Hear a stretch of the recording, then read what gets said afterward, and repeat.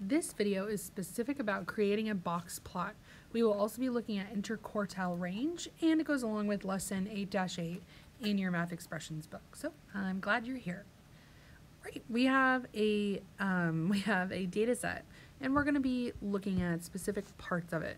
The cool part about a box plot is that it will quickly identify a median, the maximum, the minimum, and the quartiles, both the first quartile and the third quartile, and of course the interquartile range. The first step we need to do is find the true median of this. I'm going to use what I like to call the rainbow method, and I have 5 that gets left by itself. I will mark this with a line or like a vertical dash at the 5 on this bottom number line. Step 2 is more identifying. This is all about identifying. It's not about guessing. Math is not about just guessing.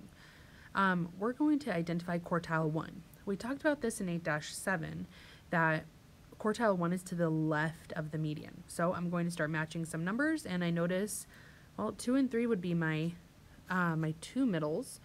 When I do not have a true median, I have to add them together and divide by 2, and I get an answer of 2.5. I mark that on my future box plot below with a vertical dash or a line, however you think, as well. So once I identify quartile 1, I will be identifying quartile 3.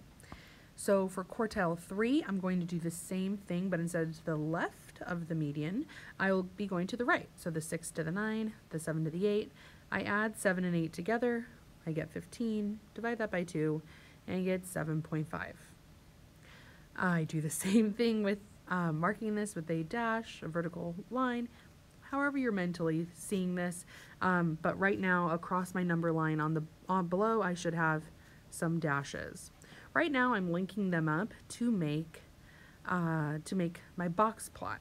So I'm not coloring it in because then I would kind of lose the whole point of being able to see the median and the quartiles. So now I need to identify the minimum. We'll be looking at the minimum and the maximum. These are the highest and the lowest numbers. The cool part with box plots is that they are better than dot plots to quickly identify medians, the quartiles, and the highest and lowest. If you notice, I am plotting the minimum and maximum with a dot, and the final step would be to link it up. Now, link it up means I'm going to draw a line from the lowest to quartile 1, from the highest to quartile 3. Back in my day, we called this a box and whisker plot, but now it's just a box plot, which is still pretty cool. I'm going to label some things on here, so quartile 1, quartile 3. There are questions about an interquartile range. So we know a range is what happens when you subtract the least from the greatest, or the smallest number from the biggest number. And when we're doing this for interquartile ranges, we're going to be subtracting 2.5 from 7.5. That's saying, okay, so what is quartile 3? Quartile 3 was 7.5. What is quartile 1? Quartile 1 is 2.5. What is the range between them? It's 5. So there are 5 numbers between the two. So that's actually a pretty good range. I just used the numbers 1 through 9 straight. So like I didn't add any, I didn't take any away. So it's pretty straightforward. But in this case, we do have some duplicates, and we'll see how it changes our box plot. Step 1, let's identify the median, and this is the true median of it. So the 5 to the 8, the 6 to the 8, and I'm left with the 7. Okay, a 7. That one, I can check off my list, median, boom, 7, and I mark it with a line. Now I need to make sure I get my quartile 1.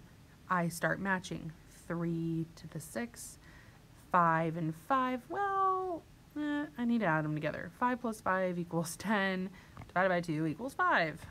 So I'm going to mark that with another dash.